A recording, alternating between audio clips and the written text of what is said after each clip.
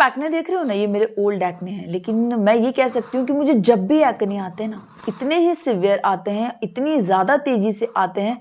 अभी इन दिनों मेरी स्किन में एक एक्ने आया और उस एक से कब वो 25-30 एक्ने में कन्वर्ट हो गए मुझे खुद को नहीं पता चला। वीडियोस नहीं बना रही थी मैं इन दिनों, तो शूट भी मैं उस चीज़ को नहीं कर पाई, लेकिन मुझे बहुत सारे एक्ने आए हैं।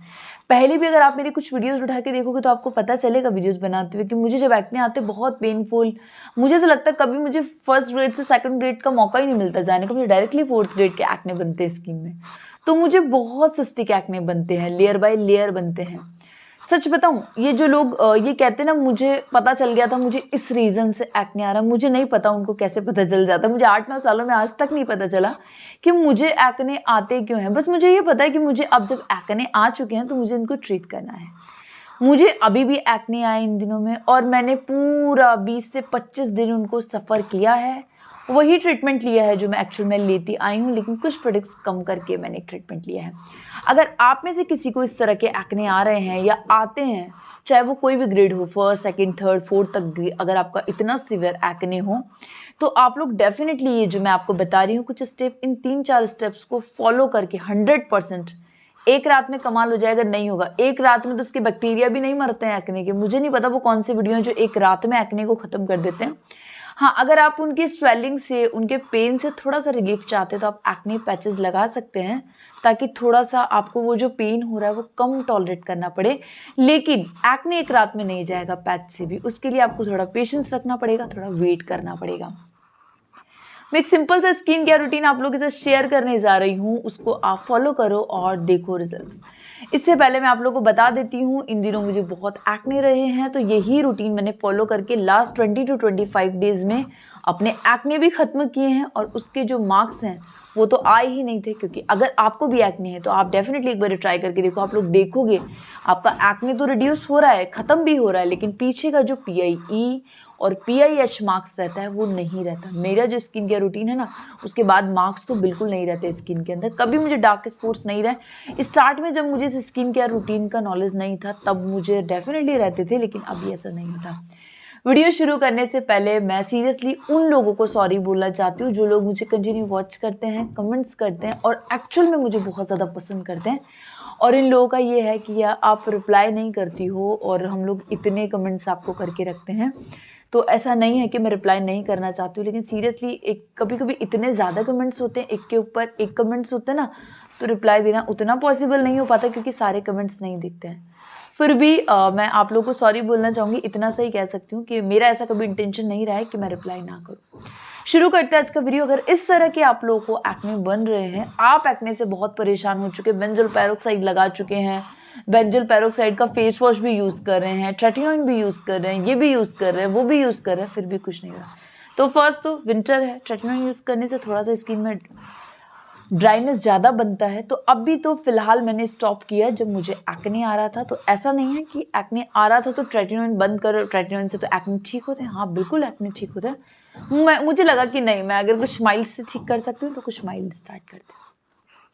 तो फर्स्ट है क्लिनजिंग। मॉर्निंग और इवनिंग डबल क्लिनजिंग बहुत ज़्यादा ज़रूरी। डबल क्लिनजिंग यानी कि 2 टाइम आप क्लिनजिंग करो। अगर मेकअप कर रहे हो, एक्ने बहुत ज़्यादा हो रहा है तो प्लीज़ ज़्यादा से ज़्यादा कोशिश करो मेकअप को अवॉइड करने की, स्किप करने की। फिर भी कंपल्सरी है तो कोशिश करो कोई माइल्ड BB यूज़ करने का जो कि एक्ने प्रोन स्किन को सूट करता हो, आपके पोर्स को क्लोग ना करता हो, आपके एक्ने को और ज़्यादा इंक्रीज ना करता हो, है ना। मॉर्निंग में मैं एक माइल्ड क्लिनजर है सेटाफिल का, वो यूज़ कर रही हूँ। जो लोग सेटाफिल का क्लिनजर अफोर्ड नहीं कर सकते, उनको ज़्यादा महंगा लग रहा है, वो कोई और जैसे कि आप लोग सिप्ला का ये जो DS है, सैलिसिलिक एसिड, ऐसा कुछ यूज़ कर सकते हैं। मैंने नहीं किया है, मैं तो आपको वो रूटीन बता रही हूँ जो मैंने फॉलो किया है ना। तो मैंने यहाँ पर सेटाफिल से मॉर्निंग और इवनिंग मेकअप नहीं किया इन 20 to 25 डेज में। और ये रूटीन लेते लेते भी मेरे एक्ने बहुत तेज़ी से बढ़ते जा रहे थे। मेरा एक आदत है, मैं अपने रूटीन को स्टॉप नहीं होने देती हूँ। मेरा है बढ़ रहा है तो ठीक है ना, नहीं लूँगी तो भी बढ़ेगा, और लूँगी तो बढ़ रहा है तो ठीक है, एटलीस्ट ये तो है कि कभी तो ठीक होगा। तो वो वाली चीज़ है। तो यहाँ पर मैंने स्टार्ट किया सेटाफिल का फेस वॉश, जो कि मैं हमेशा से यूज़ करती आ रही हूँ। मॉर्निंग में मैंने उसका जेंटल क्लींजर यूज़ किया, नाइट में भी मैंने उसका जेंटल क्लींजर यूज़ किया है। फेस को अच्छे से मैंने 1 मिनट तक मसाज किए। पहले मैंने हल्का सा फेस के ऊपर गर्म पानी लगाया है, उसके बाद हाथ में इस तरीके से करके फेस वॉश को पूरे फेस के ऊपर 1 मिनट मैंने एटलीस्ट मसाज किया। मसाज करने के बाद मैंने ठंडे पानी से फेस को वॉश किया। वॉश करने के बाद मैंने उसको ड्राई किया। इतना ड्राई किया है बस कि थोड़ा बहुत पानी उधर से निकल जाए। प्रॉपर मैं ड्राई नहीं करती हूँ स्किन को कभी भी।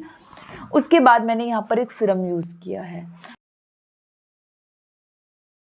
नियासिनामाइड का कॉम्बिनेशन है, 5% नियासिनामाइड है, 2% अल्फा आर्बिटिन है। उसको मैंने अपने फेस पे 4 से 5 बूंदों को मैं अच्छी तरीके से अपने फेस पे अप्लाई करती हूँ। अप्लाई करने के बाद मैं स्टॉप करती हूँ 5 मिनट के लिए। 5 मिनट के लिए स्टॉप करती हूँ ताकि वो अच्छे से मेरी स्किन के अंदर एब्जॉर्ब हो जाए। ये जो एक्ने के बाद जो मार्क्स आते हैं ना, बहुत हेल्प करने वाला है ये इसको रोकने के लिए। नियासिनामाइड आपके पोर्स के ऊपर अपना कंट्रोल बनाने वाला है, साथ में आपकी ऑयली स्किन को कंट्रोल करने वाला है। अल्फा आर्बिटिन आपके पिगमेंट को आने से रोकने वाला है ना, अनइवन टेक्सचर को कंट्रोल करने वाला है। इसके ऊपर जो मैं सेकेंड लेयर लगाऊंगी वो लगाऊंगी मैं 10% एजेलिक एसिड डाल की एजिडर्मा। अगर आपको स्किन बहुत ज़्यादा ड्राई है तो आप इसका क्रीम फॉर्म ले सकते हैं। मेरा स्किन ऑयली है तो मैं इसका जेल फॉर्म लेती हूँ।